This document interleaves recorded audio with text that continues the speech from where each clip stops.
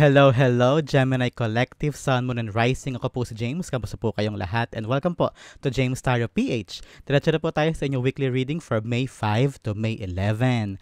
O Gemini, tulad po nakagawian ha, kunin nyo lang po yung maka-resonate kayo and leave the rest. Yung pong ibang impormasyon ay para po sa ibang Geminis yun. Kaya talasan nyo po ang inyong intuition para makuha nyo po yung mga mensahe na kaloob po sa inyo ng inyong mismong spirit guide sa ating reading for today. Thank you po again sa mga nagdo-donate po ha, saka po sa mga hindi nag-i-skip ng ads. Maraming salamat po sa inyong suporta dahil isa po yan sa mga paraan para lalo pong lumago ang ating channel. Thank you again for your generosity and kindness. So Gemini, ano naghihintay sa inyo ngayong May 5 to 11? Inhale and exhale. At the center of your reading, you have the Chariot card. Ooh. In the area of what you want, you have the King of Swords. In the area of what you need, you have the Seven of Pentacles. In the area of what's affecting your current energy, meron kang Ten of Pentacles. Wow! In the area of your near future, meron kang Ace of Pentacles. Beautiful. In the area of what's affecting your in the area of your challenge, you have Page of Pentacles. In the area of your fortune, meron kang the Hierophant. Wow! In the area of your divine advice, meron kang Emperor. Beautiful. Ang gaganda ng mga cards mo. And in the area of your outcome, you have the Magician card. Wow! Manifestation indeed. Congratulations, Gemini. But first, at the bottom of your deck, you have the Queen of Wands. Beautiful. This time around, Gemini, especially here, nakikita ko dito, ang gaganda ng mga cards, blessings, fortune for you this week. Sinasabi ng spirit guides mo na, tapangan mo ang sarili mo. Pagkatiwalaan mo ang sarili mo. Have that self-confidence and try it. Do it. Don't second-guess yourself. This time around, kinakailangan ng sarili mo yung tapang talaga, dedikasyon, motivation na lahat ng gagawin mo, alam mo sa sarili mo na kaya mo. Alam mo sa sarili mo, deserve mong gawin. Deserve mong makuha. Deserve mong matanggap. Ganyan. Be happy always. Show your authentic self. O huwag kang magpapanggap. Huwag kang mag-iisip na parang, ay, ito kaya ipakita ko, baka kasi hindi ako tanggapin. Baka ma-judge ako. No. Always think that other people's opinion will never diminish your worth, will never affect your performance, will never dim your light. Make sure this time around, ipakita mo kung sino ka, and everything in your life will be attracted. Manifest mo, magnetize mo, makukuha mo yung frequency of energy of the positive things na gusto mo makuha. Especially in your outcome, you have the Magician, you have the Hierophant, you have the Ten of Pentacles. Okay, pag-usapan na nga natin kasi sobrang na-excite ako dito sa cards mo. This is like a good one of the bests, even your challenge is not really a challenge. Wow, this is beautiful cards for you. Okay, simulan natin. At the center, you have the Chariot card, living something. You're now in the pursuit of the things na gusto mong makuha. Ano ba yung mga this time around na gusto mong makamit, Gemini? Makabili ng bahay, makapunta sa ibang bansa, makahanap ng right job, traveling from one place to the other, may bakasyon ba this time? May reunion ba this time? I don't know. Biglang pumasok yung reunion. I don't know. Meron ba sa inyo na parang nag-aalinlangan pumunta sa reunion because you thought baka maliitin ka lang doon o yurakan ka lang doon o ihambing ka na naman with your cousins or with your former friends, former high school batchmates, ganyan. Kaya parang ayaw mo umattend. But this time around, I don't know why sinasabi sa iyo ng spirit guides mo na pumunta ka sa mga bagay na dapat mong puntahan. Kapag yung tawag ang damdamin mo, parang feeling mo, there is something I need to go, I need to do. Parang gawin mo daw yun. Tawag yun ng iyong path. Tawag yun ng spirit guides mo na that is the right path for you. I'm seeing you leaving something, Gemini. Meron kang iiwanan, whether past job, a city, childhood place, or your home city, na parang this time around ready ka na to step out of your comfort zone and fight for the dreams and goals and passion na gusto mong gawin. Ngayon meron kang kalakasan and freedom, especially here with the two Sphinx. Kasi ito, dalawang Sphinx ito, nasa harapan nyo to. Pwede itong pumunta sa kanan, yung isa sa kaliwa. Kaliwaan kanan. Mali pa yung turo ko. Yung kaliwaan kanan, pwede kang pumunta doon at nasa sa'yo yung power and freedom to do so and to choose kung saang direksyon ka pupunta. Kailangan mo ring malaman na ikaw ay guided and protected by the spirit guides, by your ancestors, by your angel guides. Nasa taas mo yung tawag dito, yung mga constellations. So the spirit guides and the high above ay talagang protektado ka sa journey mo na ito. Kaya laksan mo na ang loob mo. Huwag mo nang pagdudahan. Huwag ka nang mag-isip pa, magdalawang isip. Go, fight, sugod. Huwag ka na lumingon pabalik kasi itong pupuntahan mo at gagawin mo, this will bring you the stability and the fortune, blessings na kailangan mo sa life mo. Okay? Huwag ka magduda. Magtiwala ka sa sarili mong kakayanan. Okay? The Chariot card's being clarified by the Tower card. Yes. This journey o tong pagbiyahe mo na ito, someone is traveling, I don't know why, kung saan po kayo pupunta, abroad ba o different city, basta may travel for some of you, pwede rin bakasyon for some.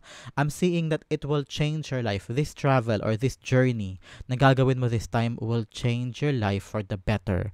Drastic change ito, yung parang dating kinagisnan, dating ginawa mo, hindi na inuubra. Parang hindi mo na makikilala din ang buhay mo. You're entering a life full of abundance, full of blessings. Especially the Hierophant is here. You are being blessed for a good life. Kaya ikaw talaga tinatawag ang spirit guides mo Gemini. Naririnig ko talaga yung parang si Gemini lang ang kailangan ikaw lang ang kailangan kumilos, ikaw ang kailangan magbago ng iniisip para magbago talaga ang buhay mo. So, kaya so good na laban. Continue mo na yung journey mo and don't think twice. Don't look back, okay? In the area of what you want, you have the King of Swords. Ngayon, nag-iisip-isip ka na. Meron ng pagdududa sa isip mo o meron ng parang plano, meron ka na parang initial thought, initial plan, pero hindi pa ganoon kalinaw, Gemini?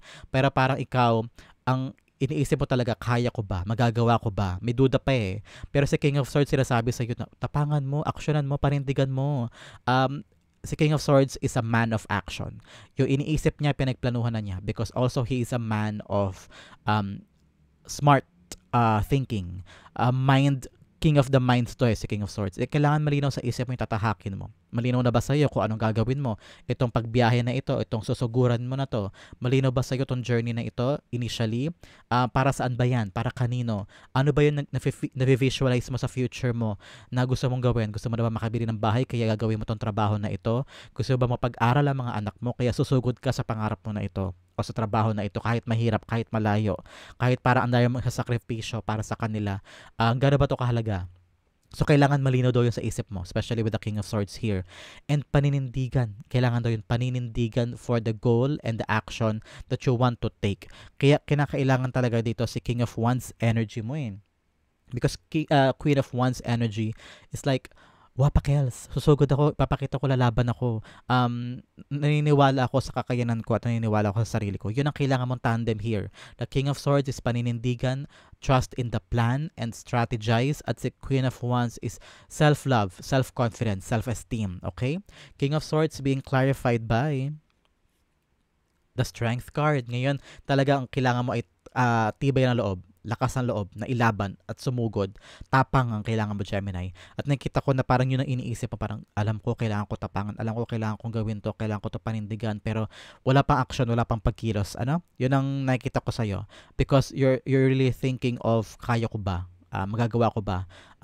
Baka magsayang ko ng effort, baka ano sabihin ng ibang tao, yan, lagi ko naririnig yan, baka ano sabihin ng ibang tao, baka mapahiya ako, baka hindi tama yung decision ko, ganyan. So make sure this time that you trust yourself at wala kang pakialam dapat sa sabihin ng iba.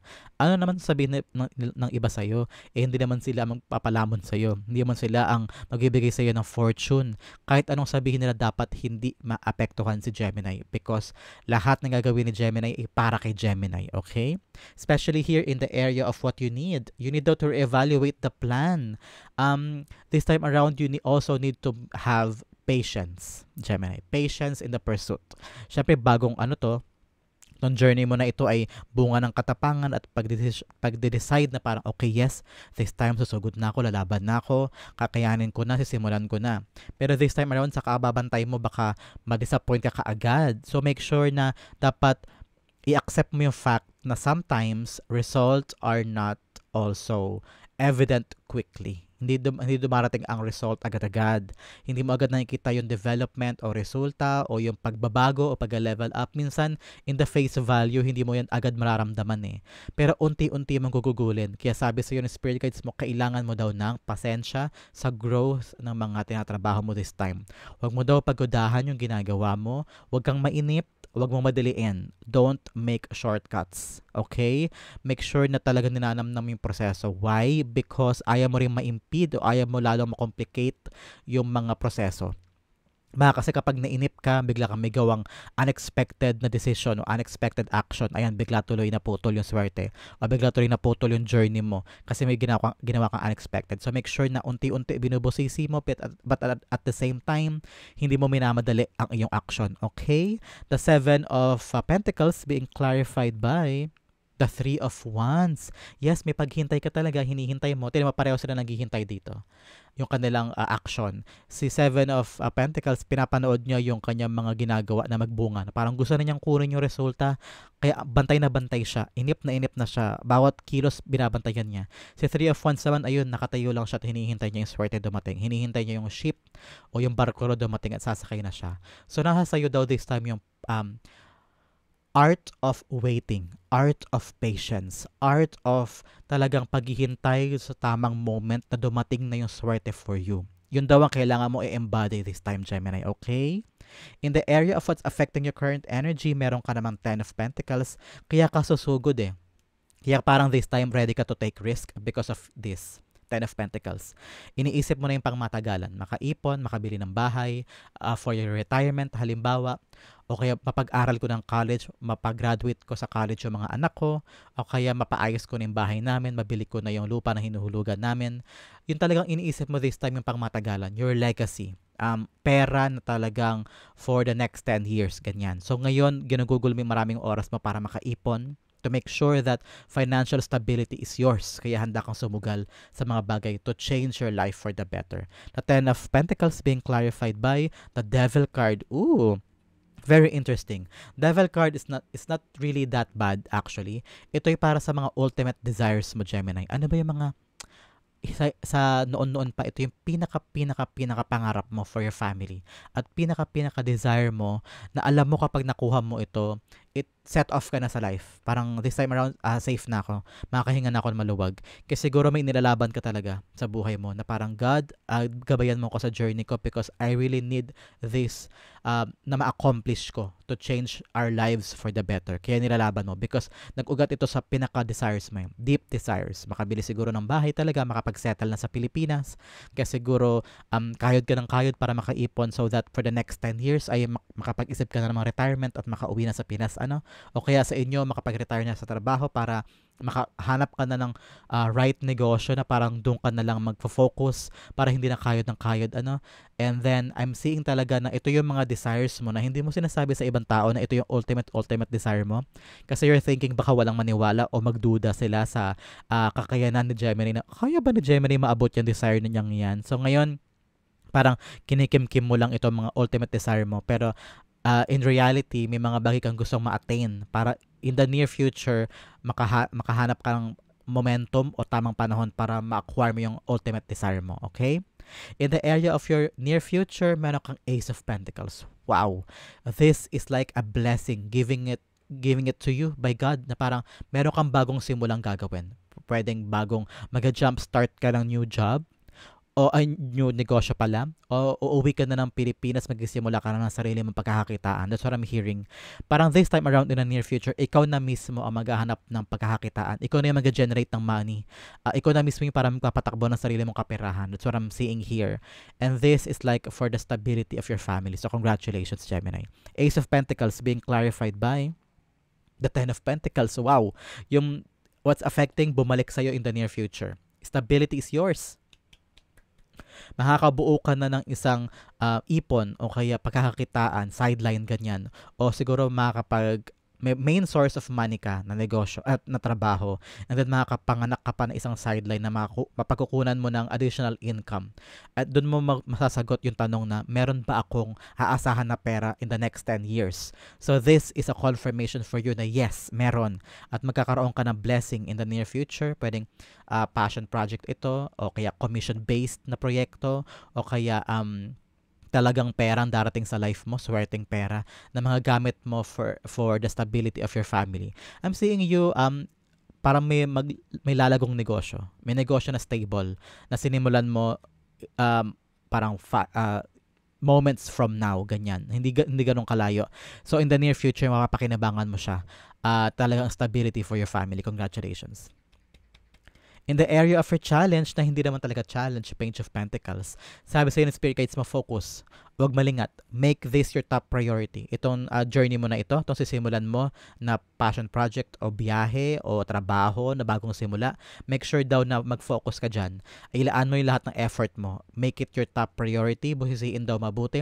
Tingnan mo si Page of Pentacles. Talagang nakatutok lang siya doon sa Pentacle at inaaral niya mabuti pasikot-sikot kung ano ba ang dapat kong gawin para mapalaki ito, mapayabong ito. So ikaw, yun daw ang dapat mong gawin this time. Every detail sa tinatrabaho mo, busisiin mo para alam mo yung strategy or right way para mapayabong mo siya at mapakinabangan mo pa siya for a very long time. Okay, Gemini? Si Page of Pentacles, i-clarify natin, we have the Page of Wands. Yes, siguro sa pagbusisi mo daw this time, huwag ka daw mainip at huwag ka daw matakot. Embrace everything with excitement, with fun. Parang this time around, maglaro-laro ka din. Wag seryoso masyado para hindi ka ma-burn out, hindi ka ma-pressure, hindi ka panghinaan ng loob. So kapag may dumarating na parang pagbusisi o pag-aaral sa isang bagay, wag mo daw laging isipin, ano ba yan? Panibagong problema, panibagong asikasuhin na naman. Ano ba yan? Dami kailangang asikasuhin.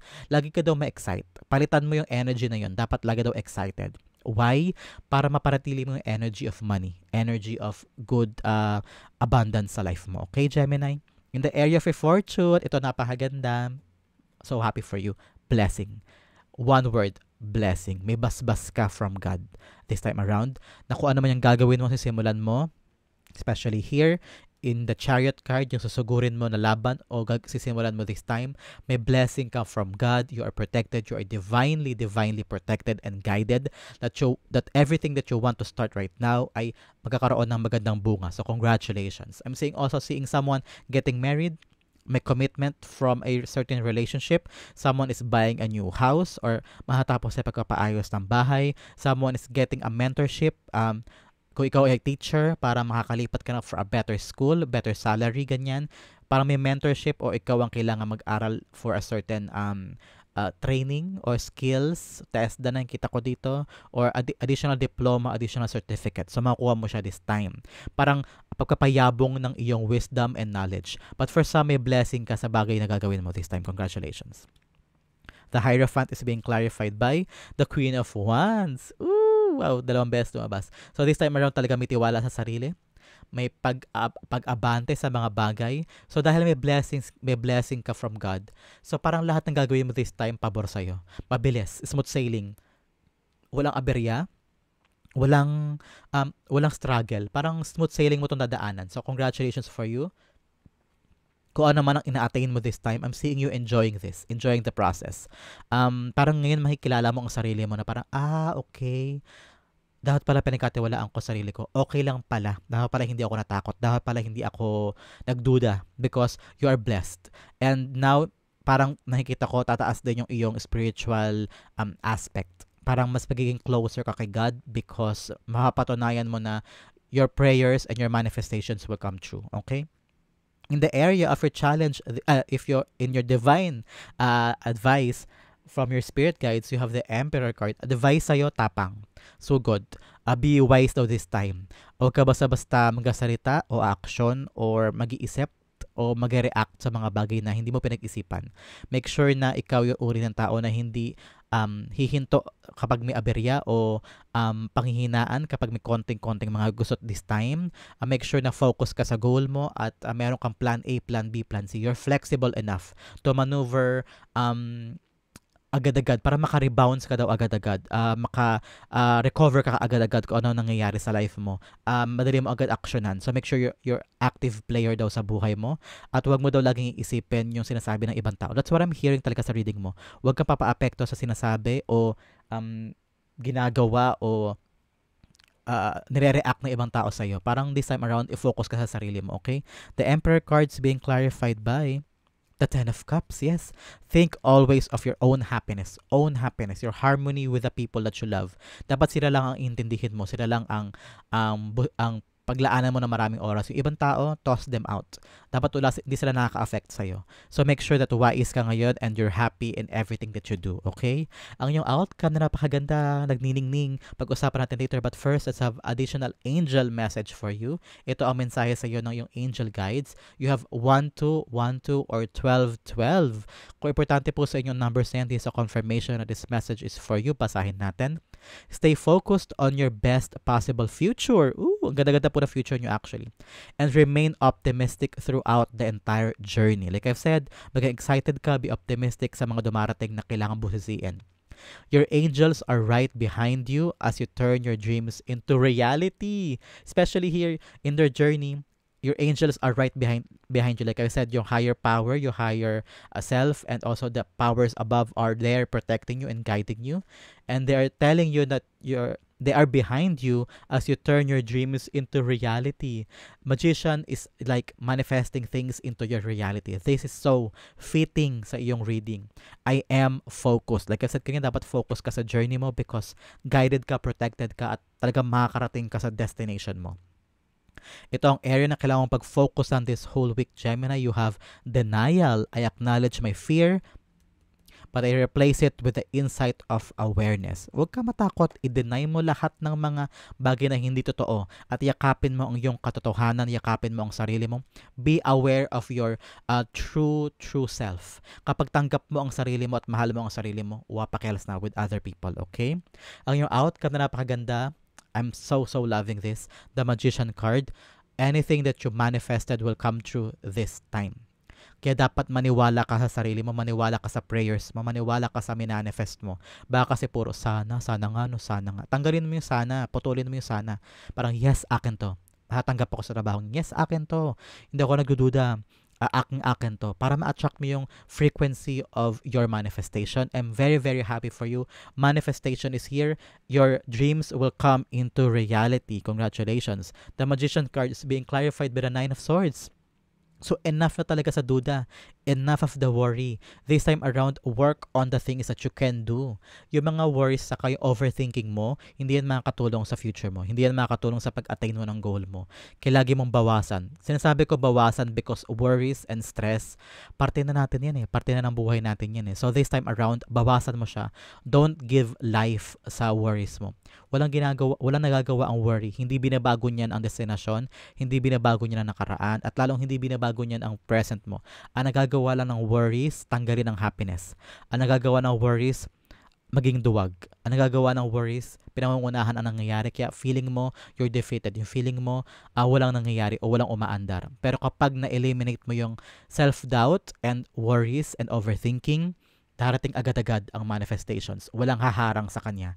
Makukuha mo agad yung frequency niya and lalapag lang sa lap mo yung realidad ng mga bagay na minanifest mo kay God. So make sure enough of negative thinking. Always think positive, especially paalala sa iyo ng spirit guides mo, ng angels mo na be optimistic in your approach at mawawala ang mga worries na ito. Wow, Gemini. Very beautiful May 5 to 11 reading. Sa po kayo naka-resonate, sa po kayo naka-relate, comment down below and I'll be reading your messages. Thank you again for watching. This has been James for James Tarot PH. God bless everybody.